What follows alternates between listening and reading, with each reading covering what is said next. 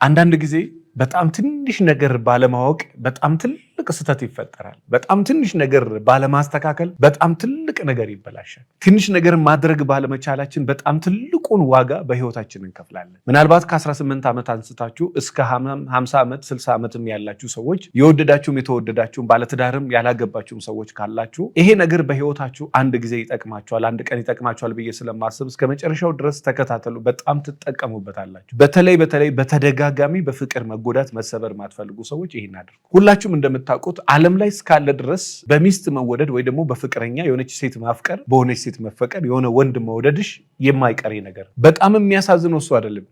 ይሄኛውን ብታመልጠው እንኳን በጓደኛ ፍቅር ጓደኛ ይኖርሃል። የወንድ ጓደኛ ትወደዋለህ፣ ትቀርበዋለህ፣ እንደ ወንድምህ ታየዋለህ። አለኝ የምለው ጓደኛዬ ነው፣ ወንድሜ ነው፣ ሚስጥረኛዬ ነው ትላለህ። ባልጠበቅከው መንገድ የማይሆን ጸባይ ያሳያል። ከዛ በተረፈ ደግሞ እነሱን ወደን እነሱን እኛን እንደፈለገ ማድረጋቸው ሳይሆን የሚገርመው ሌላ አንድ ነገር እኛ በእነሱ ውስጥ ወይ ደግሞ እኛ በእነሱ ውስጥ ራሳችንን ቀብረን እንደፈለግን ራሳችንን ማውጣት አለመቻላችን፣ ያለነዛ ሰዎች መኖር አለመቻላችን፣ ያለነዛ ሰዎች መተንፈስ አለመቻላችን፣ በነዛ ሰዎች ተጎድተን የተወሰነ ሳምንታት መልሰን እስከምናገግምና እስከምንድን ድረስ በጣም መቸገር መቻላችን ሌላኛው። ዓለም ላይ ደስ ይላል በሰው መወደድ፣ በሰው መከበር፣ በሰው መፈቀር። እዚህ ምድር ላይ ደስታ ከሚሰጡ ነገሮች አንዱ በሰው መወደድ ነው። የምትኖረው መጨረሻ ላይ በቃ ለደስታ የሚሰራው ለደስታ ነው። ሁሉም ሰው እዚህ ምድር ላይ የሚለፈው ለአንድ ነገር ነው። እሱም ደግሞ ለደስታ ነው። ደስታ እንግዲህ አንድ ቦታ ተጠራቅሞ ከአንድ ነገር ብቻ የምታገኘው አይደል። ምግብ በልተህ ከምግብ ብቻ የምታገኘው ሆድ ተወጥሮ ልትፈነዳ ትችላለህ። ከምግብ ብቻ የምታገኘው አይደለም። ሶሻል ላይፍ የምታገኘው አለ፣ ጤና ላይ የምታገኘው አለ፣ ከፍቅር የምታገኘው አለ፣ ከሜሬጅ፣ ከዓላማ፣ ከገንዘብ፣ ከሁሉም ነገር የምታገኘው ነገር፣ ከእውቀት አንድ ቦታ ላይ ብቻ አይደለም ደስታ ያለው። አንዳንድ ሰዎችን መውደድ ደስታ ይሰጣል። ለምሳሌ የሆነችን ሴት ብታፈቅራት ደስታ ይሰጣል።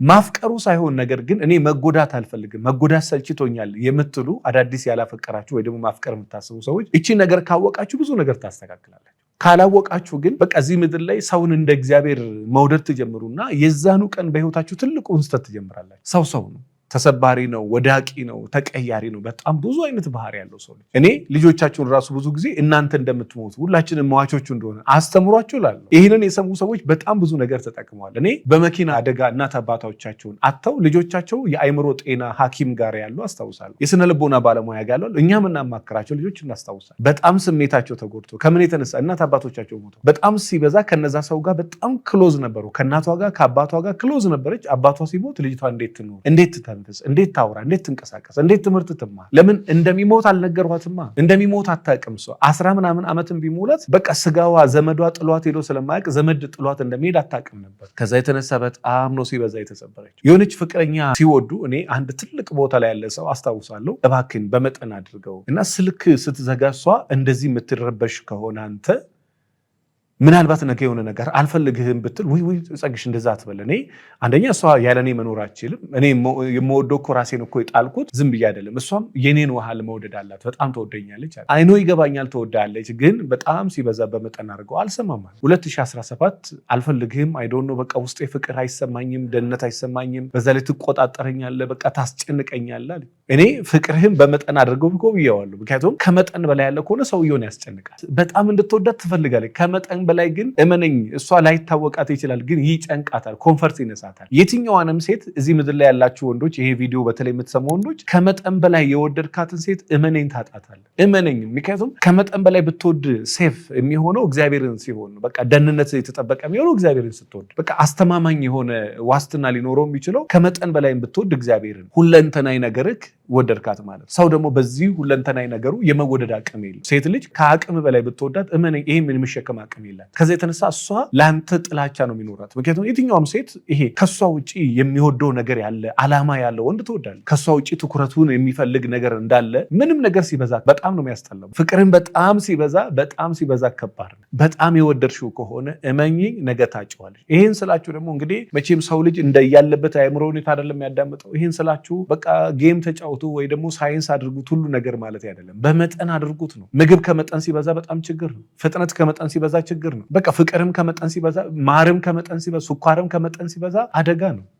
ስለዚህ በተቻላችሁ መጠን ሁሉን ነገር በመጠን አድርጉ። በመጠን የምታነገው ነገር ደስ ይላል። ከመጠን ያለፈ ነገር አንተንም ይጎዳል፣ ያኛውንም አካል ይጎዳል። ስለዚህ ጥሩ የሆነ የትዳር ህይወት፣ የፍቅር ህይወት ማሳለፍ የምትፈልጉ ሰዎች ካላችሁ እግዚአብሔር አምላክህን ነው በፍጹም ሐሳብ ነፍስ ውደድ የተባለው። በዚህ ልብ አንድ ምስኪን ሴት የወደድክ ቀን እሷም ተሰበራለች፣ አንተም ተሰበራለች። ባልሽን ከመውደድ አልፈሽ ማምለክ የደረስሽ ቀን በህይወትሽ ትልቁን ስህተት የተሳሳትሽው ይዛ ቀን። ሲጀመር ሳይንሱን ትንሽ እናውራ ከተባልን በአንድ ደቂቃ ምንድነው በፊት የራስሽ ውሎ ነበረሽ፣ የራስሽ አዳል ነበረሽ፣ የራስሽ ጸሎት ነበረሽ፣ የራስሽ ጊዜ ነበረሽ፣ የራስሽ ሐሳብ ነበረሽ። የሆነ ሰው ልክ ሲመጣ ብድግ አድርገሽ ራስሽን እዛ ውስጥ ነው የምትቀብሪው። ከዛ የተነሳ አንቺ ምንም የለሽም ከሱ ውጭ። ለምን? ያንቺ ነገር የተቀበረው ሰው ውስጥ ነው። አንድ ሴት በህይወት ስትመጣ ሐሳብንም፣ ጊዜንም፣ ገንዘብንም፣ ጉልበትህን፣ ኢነርጂ ሁሉንም ነገር ስተውና ሁሉ ነገርህን እሷ ውስጥ ትቀብራለህ። ከዛ የተነሳ አንተ የራስህ ነገር አይኖርም።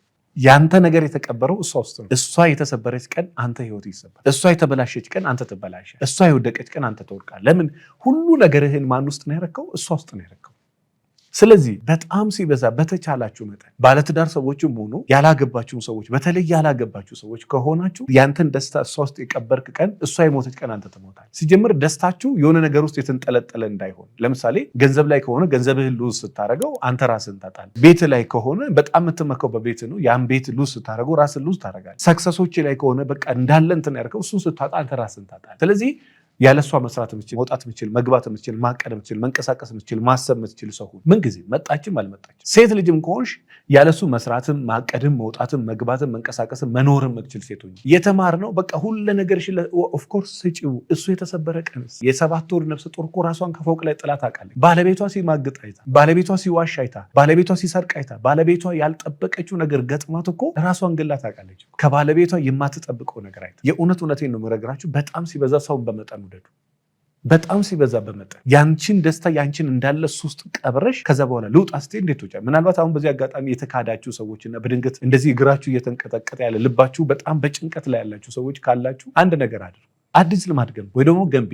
መንቀሳቀስ ቻይ፣ ማውራት ቻይ፣ መሄድ ቻይ፣ መጸለይ ቻይ። ወደ ትላንትናው መንፈሳዊ ህይወትሽ ሂጂ። አንቺ በፊት 10 ሰዓት እሱ ነበር የምታገኘው። አሁን 10 ሰዓት የት ትሄጃለሽ? ለምን? ያላሱ አጀስት ማድረግ አለብሽ። አሁን በቃ ህይወትሽን እንደዚህ መምራት መቻል አለብሽ። መስመር ማስያዝ ያለብሽ። በፊት እሱ ስላለ ወይ ደግሞ በቃ እሱ አለ ብለሽ ጠዋትም ቀንም ማታ እሱ ጋር ነበር። ነገር ግን ያለሱ የምትሰሪያቸው ነገሮች ካሉ በቃ ጥሩ ህይወት ነው የመኖር አቅምሽ ከፍ ያለ። እሱ የሞተ ቀን አንቺ ማብረሽ ትሞቻለሽ። እሱ ያለቀለት ቀን አንቺ ማብረሽ ያልቅልሻል። ስለዚህ በጣም ጥሩ ህይወት መኖር የምትፈልጉ ባልና ሚስቶች፣ በጣም ደስተኛ፣ ሰላም፣ ፍቅር ሆናችሁ መንቀሳቀስና መኖር የምትፈልጉ ሰዎች ካላችሁ ከባለቤትሽ ጎን ለጎን፣ ከሚስት ጎን ለጎን፣ ከፍቅረኛ ጎን ለጎን የራስ ስራ ይኑር። የራስ ሲሪየስ የሆነ የጸሎት ላይፍ፣ በጣም ጠንካራ የሆነ መንፈሳዊ ህይወት ይኑር። በዛው መጠን ደግሞ በጣም ጠንካራ የሆነ የራስ ለስራ ለዓላማ የተሰጠ የሆነ የራስ ማንነት ይኑር። እኔ ሚስቱን አጥቶ እኮ መስራት ያቃተው ሰው አውቃለሁ። ባለቤቷን አታውቀው እኮ ማገገም ያቃታት፣ በጣም አጥንቷ፣ ስሜቷ፣ ሰውነቷ ስትሮክ ይዟት እኮ እንደዚህ ያለ ሴት እናውቃለን። ከምን በጣም ልቧን ስለሰበረው። ስለዚህ እኔ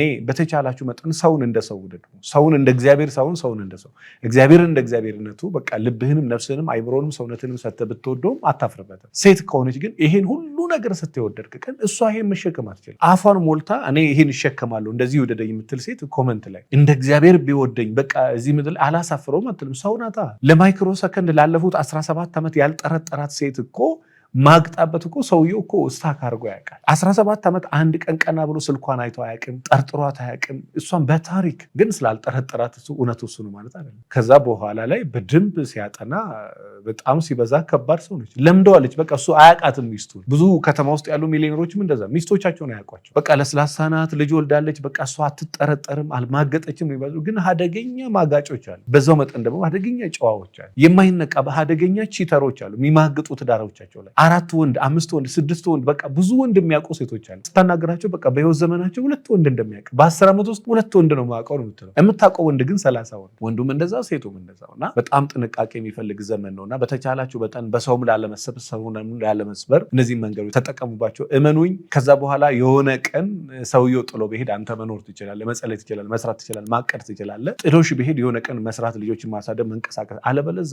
እንዳለ ነፍሷን እንዳለ እሱ ላይ የሰጠች ሴት በዛው መጠን አንድ ቀን ክትክት ማድረጉ አይቀርም። ይሄን ስልሽ ግን ባለቤትሽን በደንብ ውደጂው፣ በደንብ አክብሪው፣ ሚስትን ውደዳት፣ በደንብ አፍቅራት። ግን በቃ እሷን እንደ እግዚአብሔር አትውደድ። ሰው እግዚአብሔር አይደለም። አቅም የለውም። ሰው ደካማ ነው። እንደ እግዚአብሔር ሰው አትመኑ። እግዚአብሔር ነው። ሰው ልጅ በባህሪ ጓደኛም በቃ ሁሉ ነገርህን ለሱ ሰጥተህ የሆነ ቀን ይሰበራል። የሆነ ቀን አንተን አይን ማየት አይፈልግም። የሆነ ቀን በቃ ያንን የተደበቀ ባህሪውን ያመጣዋል። ያን ጊዜ ለምን ትሰበራል? ያኔ ለምን ራስን ትጎዳ? በመጠን በቃ እኔ በተለይ ዲስታንስ መጠበቅ እንዴት እንደምሆን በጣም ጥልቅ ብሎ መቅረብ የሚፈልጉ ሰዎች እንኳን እዛው ርቀታቸው ዋይ የማልቀጥለውን ነገር ለምን ጀምራለሁ? የማታስቀጥለው ነገር በቃ ቢሮጡም እንኳን አንተም ከዛ በኋላ ሪትምህን ጠብቀህ ትንቀሳቀሳለህ እና እንዴት ደስ እንደሚል የሚገርማችሁ በጣም ነው ሲበዛ ደስ የሚል። አላነሳም አነሳ እንደ ፍቅረኛ አትጨነቅም። ኦልሬዲ በቃ ዲስታንስ እንጠብቃል። ያስለመድከው ነገር አለ ሰው በዛው ነው የምትቀጥለው። እቺ ነገር በጣም ጠቅማቸዋለች ብዬ አስባለሁ። በጣም ከአቅማችሁ በላይ የሆነ የስነ ልቦና ጉዳት የደረሰባችሁ ባልና ሚስቶች አሊያም ደግሞ ማንኛውም ሰው ይሁን እንደዚህ አይነት በጣም ጫና ጉዳት የደረሰባችሁ ሰዎች ካላችሁ ወደ ድርጅታችን ወደ መልህቅ የትዳር ማማከርና ማሰልጠኛ ማዕከል ጎራ ብሎ በጣም ብዙ መፍትሄ ታገኙበታላችሁ። ስለ ትዳር መማከር ቤቴን ሰላም ትዳሬን ሰላም ማድረግ ፈልጋለሁ የምትሉ ደግሞ ክፍለ ሀገርም አዲስ አበባ ውጭ ሀገርም ያላችሁ ጎራ በሉ። በጣም ብዙ ነገሮችን ታገኙበታላችሁ። 0977 4050 ላይ ደውሉ።